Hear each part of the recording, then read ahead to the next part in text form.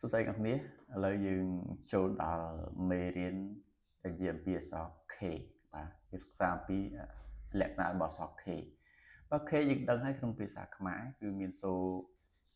ខឬក៏ខអញ្ចឹងដើម្បីស្គាល់លក្ខណៈ K នឹងឲ្យបានស៊ីជម្រៅអញ្ចឹងយើងមកស្វែងយល់អំពីពាក្យដែលផ្ដើមដោយអក្សរ K ឥឡូវខ្ញុំមានពាក្យនេះមួយអូខេ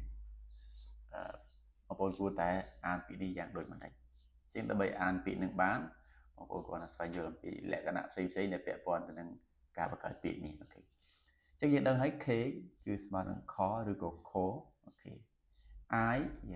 I នេះគឺសំឡេង E បាទសំឡេង E ជាងសំឡេងបែបពុះ O អញ្ចឹងហើយ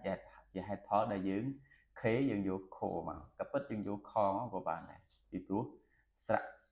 E នេះគឺអត់ប្រែប្រួលទេបាទគឺវាជាអ្នកបញ្ជាព្យញ្ជនៈបាទឲ្យដើរសំឡេងទៅតាមវាយើងលើកដដែលឧទាហរណ៍ថាក្នុងភាសាខ្មែរស្រៈអីបាទបើនៅជាមួយកគឺកស្អីកៃប៉ុន្តែបើស្រៈអីដដែលបើនៅជាមួយគោគឺវាដូរទៅជាគីណាអញ្ចឹងបានន័យថាម៉េចចង់បានន័យថាក្នុងភាសាខ្មែរស្រៈប្រែប្រួលទៅតាមព្យញ្ជនៈសំឡេងពុះអឬក៏ពុះអប៉ុន្តែក្នុងភាសាអង់គ្លេសគឺស្រៈមិនប្រែប្រួលទៅតាមសំឡេងពុះអឬពុះអទេ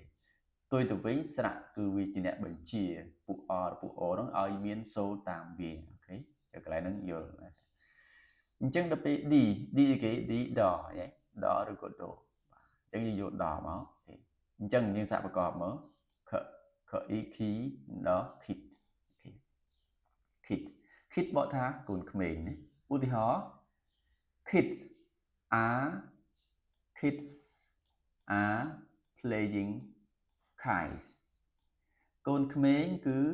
កំពុងតែលេងខ្លែងខាយនេះបកថាខ្លែងអូខេឥឡូវយើងមានពាក្យមួយទៀត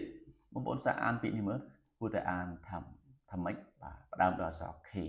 អូខេអញ្ចឹងដើម្បីអានពាក្យនឹងបានយើងស្វែងយល់អំពីលក្ខណៈផ្សេងៗដើម្បីផ្គុំពាក្យនេះដើម្បីឲ្យចេញបាទយើងដឹងហើយ K K ខឬក៏ខ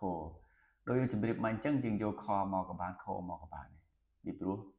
E នេះគឺជាអ្នកបញ្ជាសូរនេះអូខេហើយ S នេះ S ពីរដងនេះ S ពីរដងមានសំឡេងមានសំឡេងសណាបាទឥឡូវឧទាហរណ៍ថាបើយើងយកខក៏យើងអានថាឧទាហរណ៍ខអ៊ីគីអស kiss ណាបើយើងយកខក៏ខអ៊ីគីអស kiss ចឹងអាន kiss ដូចគ្នាដោយជំរាបគឺស្រៈជាអ្នកបញ្ជាព្យញ្ជនៈពុអនិងពុអូឲ្យដើរតាមវាអូខេចឹងពាក្យនេះអានថា kiss ចឹង kiss បោះថាម៉េច kiss បោះថាថើ kiss ថើឧទាហរណ៍ណា I kiss my mom ខ្ញុំថើបម្ដាយរបស់ខ្ញុំឥឡូវខ្ញុំឲ្យពាក្យមួយទៀត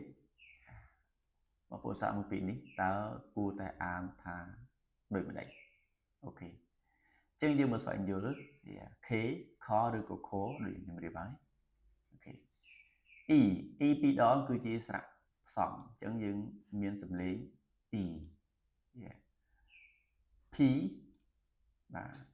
P ផឬក៏ផអូខេអញ្ចឹងយើងយកផមកណាអូខេអញ្ចឹងឧទាហរណ៍មកសាកប្រកបខអ៊ីគីផគីបណាបាទចុះបើយើងយកផមកខអ៊ីគីផបើនៅចេញសំឡេង keep អូខេអញ្ចឹងពាក្យនេះអានថា keep អញ្ចឹង keep បកថាម៉េច keep បកថាថែរក្សាឬក៏រក្សាទុកណាឧទាហរណ៍ពាក្យ I keep money បកថាលុយ in bag I keep money in bag ខ្ញុំថែរក្សាឬក៏ទុកលុយនៅក្នុងកត្តា